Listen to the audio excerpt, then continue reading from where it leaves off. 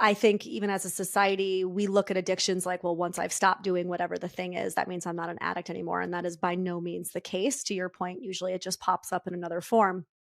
And in saying that, if you're listening and you're like, oh, I can kind of understand the question, or I can kind of like feel into a connection, but like there's not an addiction there.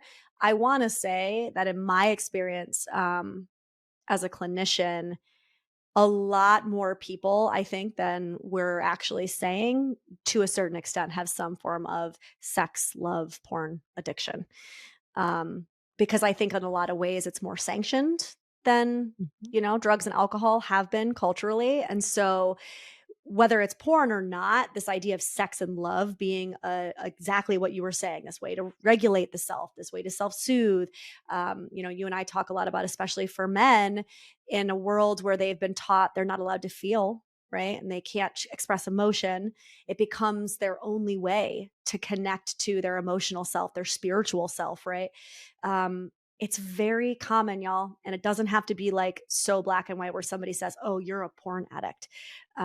I think actually there's something to be said for a lot of the way our culture is when it comes to sex and love addiction.